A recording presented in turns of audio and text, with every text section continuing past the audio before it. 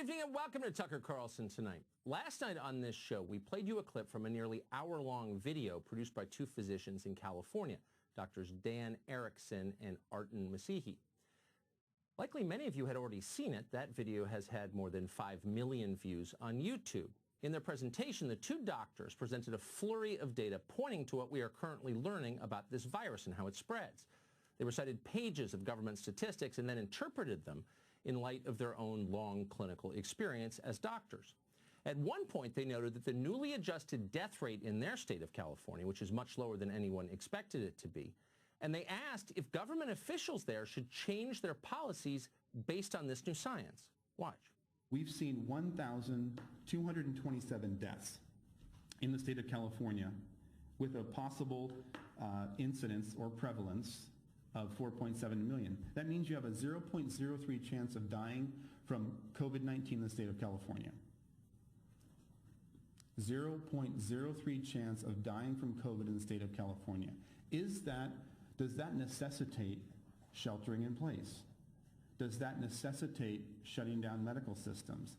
Does that necessitate people being out of work?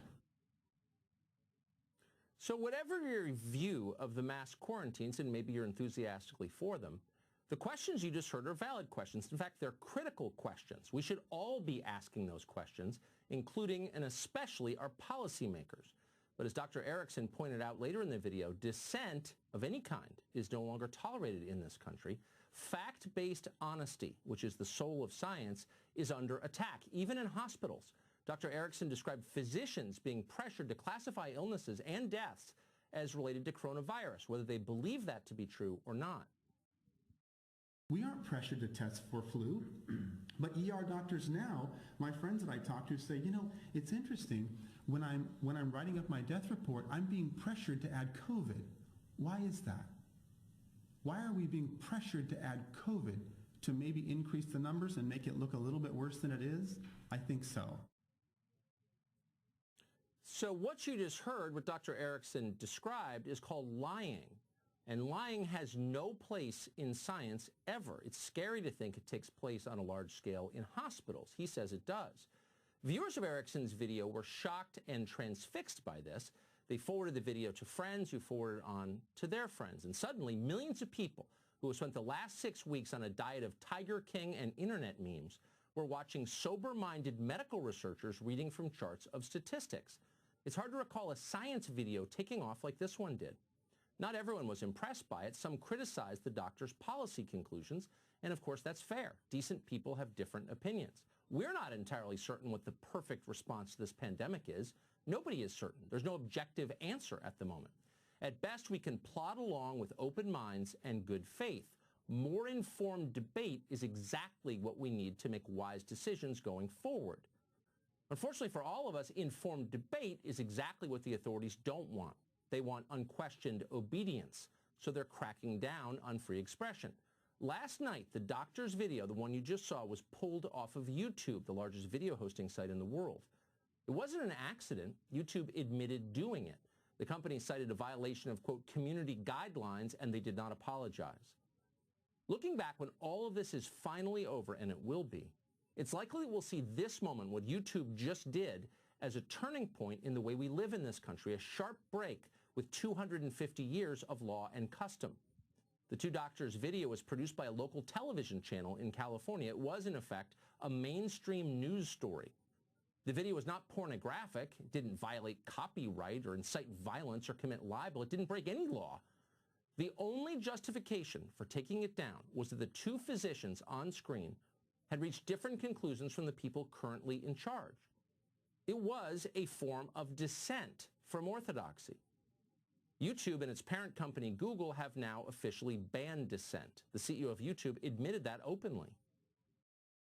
But then we also talk about removing information that is problematic. You know, of course, anything that is medically unsubstantiated. So people saying like, take vitamin C, take turmeric, like those all will cure you. Those are the examples of things that would be a violation of our policy. Anything that would go against World Health Organization recommendations would be a violation of our policy. And so remove is another really important part of our policy. So you're not just putting the truth next to the lie. you're taking the lie down. That's a pretty aggressive approach.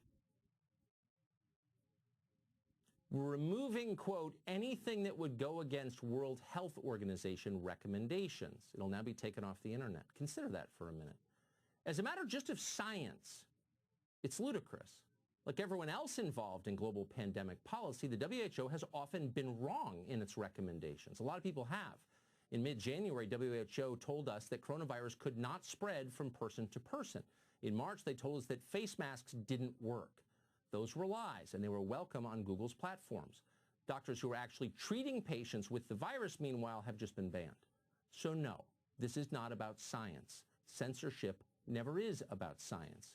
It's about power. Big technology companies are using this tragedy to increase their power over the American population. They're working in concert with politicians in order to do it. Just today, Facebook removed an events page for a political protest in Michigan. Governor Gretchen Whitmer, who runs that state, was no doubt pleased to see it. Grossly mismanaging an entire state is a lot easier when citizens are not allowed to complain about it, and now they're not.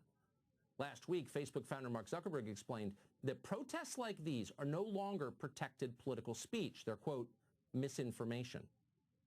How do you deal with the fact that Facebook is now being used to organize a lot of these protests to defy social distancing, defy the social distancing guidelines in states? Is somebody trying to organize something like that, does that qualify as harmful information? We do classify that as harmful misinformation, and we take that down.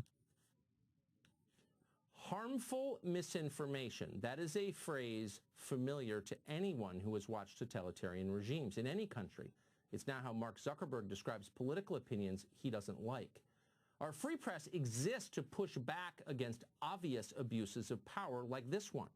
It's the reason we have a First Amendment. It's the only reason we have a First Amendment.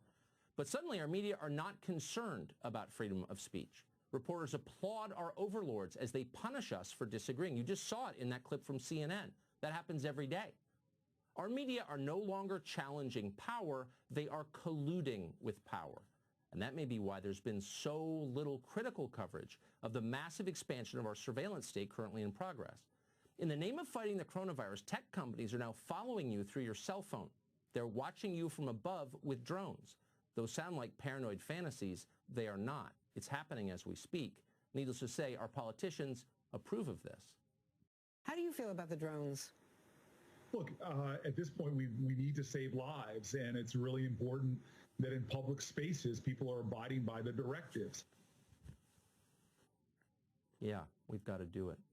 So what do we have here? We have big companies partnering with the government to spy on you without your knowledge. Americans locked in their homes, banned from going to church, placated with sedatives like weed and beer. Anyone who speaks up is silenced. Political demonstrations are illegal. Organizers are arrested. Only opinions approved by leaders, many of them unelected, are allowed on information platforms. Does that sound familiar? It sounds a lot like China. Of all the many ironies of this moment, so many of them bitter, the hardest to swallow is this one. As we fight this virus, we are becoming far more like the country that spawned it. We are becoming more like China. It's horrifying. And it tells you everything that our professional class enthusiastically welcomes this. Over the weekend, The Atlantic magazine published an article by two academics calling for an end to freedom of speech in America. Their model for an ideal system, the totalitarian government of China. Quote, in the debate over freedom versus control of the internet, China was largely correct and the U.S. was wrong, end quote. You ought to read the whole thing. Truly, you should. It's the future. We could quote from it from the rest of the show, but we'll give you just one more.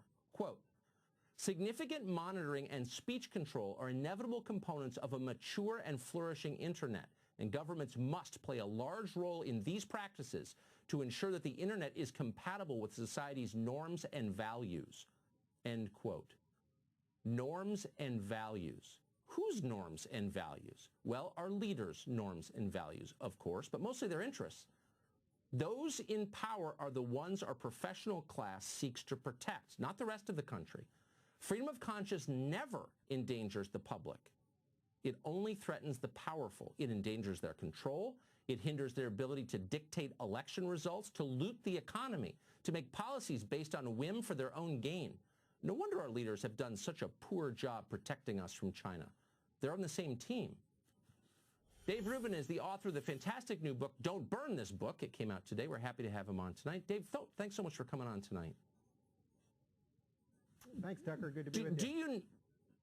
Good to have you. Do you notice that the norms and standards, to quote The Atlantic, of American life seems to have changed overnight, and all of a sudden, we're being told we must accept things that would have been completely unimaginable 2 months ago? Well, Tucker, there's so much to talk about here. First off, I didn't realize I was going to be on a sci-fi show tonight, but we are entering a dystopian future. We are entering an authoritarian future because, as I've said to you before, authoritarians love authoritarianism. So they're taking this opportunity when we're all confused, we're all locked at home. The only way we can communicate with each other is through their pipes, is through YouTube and Facebook and Twitter and everything else. And they're actually finally saying to us, this is who we are. I mean, the Atlantic is ridiculous. I don't know anyone that reads it anymore. But the bigger issue here is the YouTube, Twitter, Facebook component of it, because we are now saying to them, or they're saying to us, we're going to tell you what's true. And if you dare go against what we say is true, not necessarily what is true, but what we say is true, then we're going to boot you. So of course, the other part of this is that it will always only be one side that gets booted here. I mean, is Facebook running around and is Twitter and YouTube running around? Are they taking away all the Russian collusion videos that were up over the past couple of years? I'm pretty sure MSNBC has a YouTube channel that still has videos on it. I mean, that was pushing lies and misinformation and propaganda.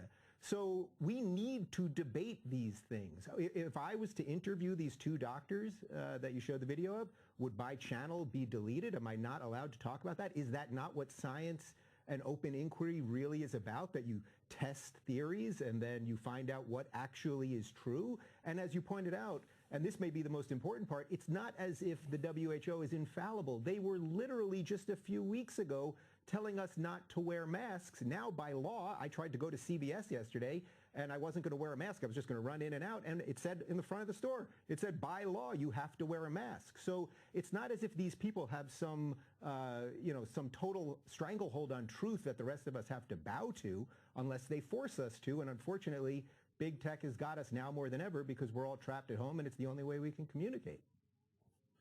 So no one in science has a monopoly on the truth. Science, in fact, is a rejection of the idea that there is a monopoly on truth. It's the endless search for what we can prove. That's what science is.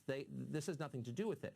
You introduced as a hypothetical the notion that you could be deleted your channel for hosting this video. I'm not sure that is hypothetical anymore, and my question is very simple. How long before they come for you? You just wrote a book called Don't Burn This Book. How long before they come for the show? Sincere questions. Yeah, well, at some level, I don't want to think about it, but, you know, Tucker, you've written a couple of books, and you know that the publishing process takes quite some time. So I finished this book back in July, but I'm very proud that the ideas that I present in Don't Burn This Book are more relevant now than they even were then, because I talk about big tech, I talk about fake news, all of the things that we're constantly talking about. And am I worried? Yeah, I'm worried. I mean, look, everyone should be worried. Everyone should be worried. This is why I started Locals.com, my tech company, because I think we need digital homes. Anyone that's online and you think that YouTube or Facebook or Twitter is there to protect you, you're the product. I mean, these things are free, except free, meaning they just took your soul in exchange for it. We should own our data. You should own your own content. We need to start rethinking everything. I mean, I think this is why I'm actually quite enthused about the world right now, as depressing and upsetting as some of the news is. You know, there's a new world coming on the horizon, and I think a lot of people are rethinking the way they look at the world, the way, do you want to commute? Do you want to live in a big city? Do you want to be so reliant on the institutions and systems that we've always been reliant on? So I think we have to rethink things. And you know what, Tucker, this is still America for a little while, and I believe in old-fashioned hard work and competition and ingenuity, and I think that's what will fix this. But yeah, we got a big battle to fight in front of us. Yeah, and maybe I mean, these companies exist because Congress gave them a carve-out in federal legislation. And you sort of wonder, where is Senator Mike Lee on this question, sucking up to Google?